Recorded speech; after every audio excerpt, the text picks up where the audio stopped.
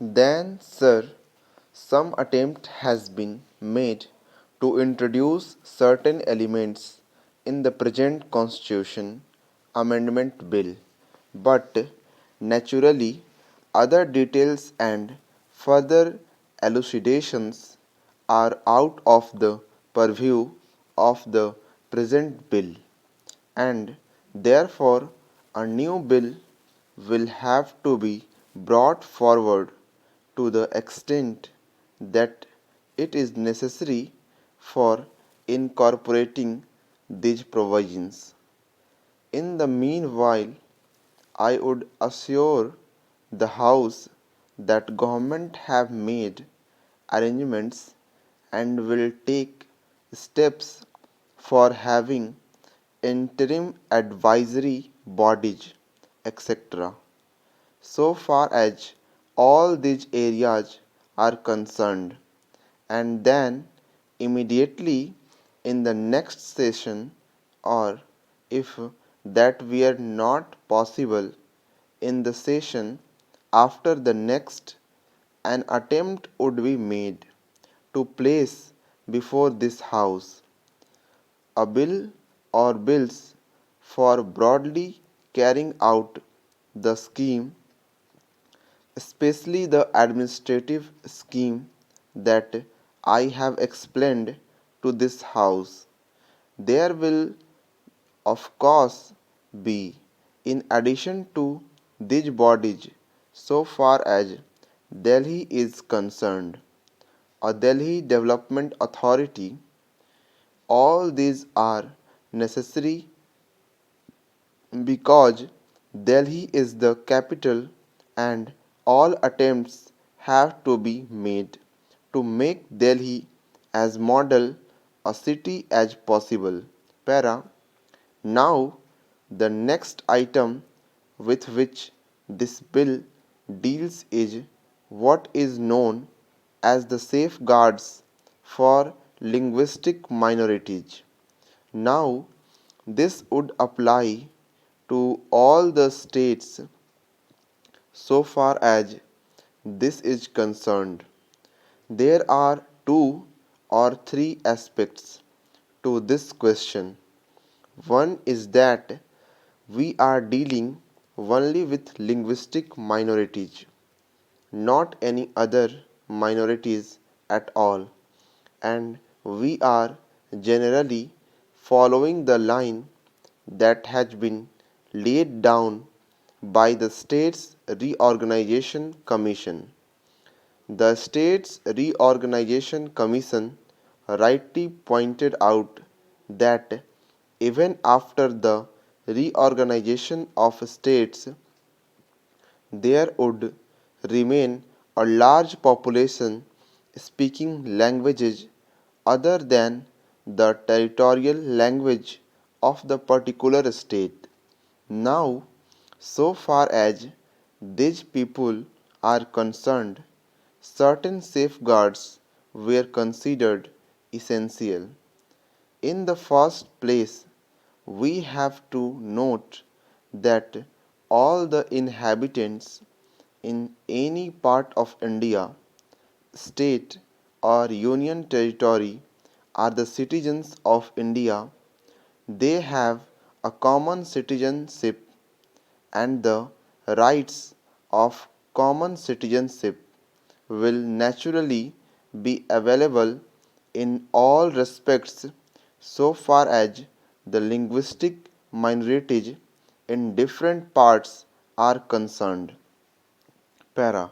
But it is essential that, as far as possible, the interests of the linguistic minorities should be safeguarded to the extent that it is necessary.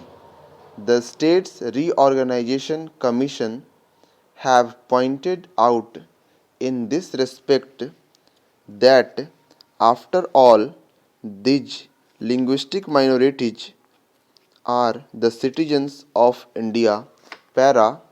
Now, sir, so far as the States Reorganization Commission was concerned, It was stated that, as far as possible, there ought to be no statutory safeguards as such, except to the minimum extent, and whether it has stated has been accepted.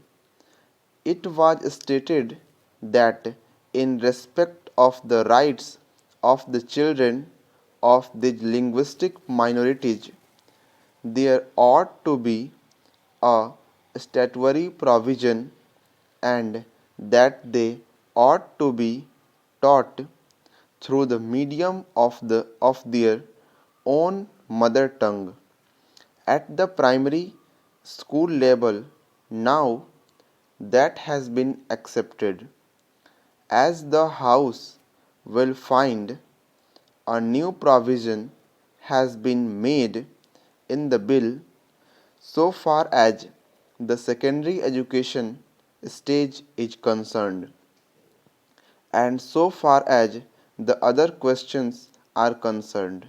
The other questions are many, as, for example, to what extent there should be the language of a minority as a medium of examination in middle schools and in colleges, or whether it should also be a medium of administration in government offices. Para. Now, sir, there is another question also which has been raised, namely the question of domiciliary rules. There are certain states where certain rules are made according to which it may be difficult for the non-residents in that area to acquire certain rights. In some cases, very long periods have been laid down. If I mistake not, in one case 12 years residence was prescribed, and that was considered rather inequitable. As you are aware, sir, in this respect the Constitution has stated that if, for example, there are any such rules which had the force of law at the time when the Constitution was inaugurated, then they would continue to have the force of law until Parliament makes a law in that respect. We are considering that aspect of the question also. Para. Then, sir, the important question that has to be noted is that if we have a common citizenship, then the question arises whether it would be open, or it ought to be open, to the various state governments to lay down certain rules which are likely to be complained of as discriminatory provisions so far as the acquisition of property is concerned, or so far as the admission to government services is concerned. Therefore, sir, the whole subject is under the consideration of the Government of India, and we are anxious to evolve certain provisions. Therefore, sir, coming back to the linguistic minorities, what has been decided in this? It was suggested that the governor should have the right of finding out the solution for this and giving property rights to all citizens in his state.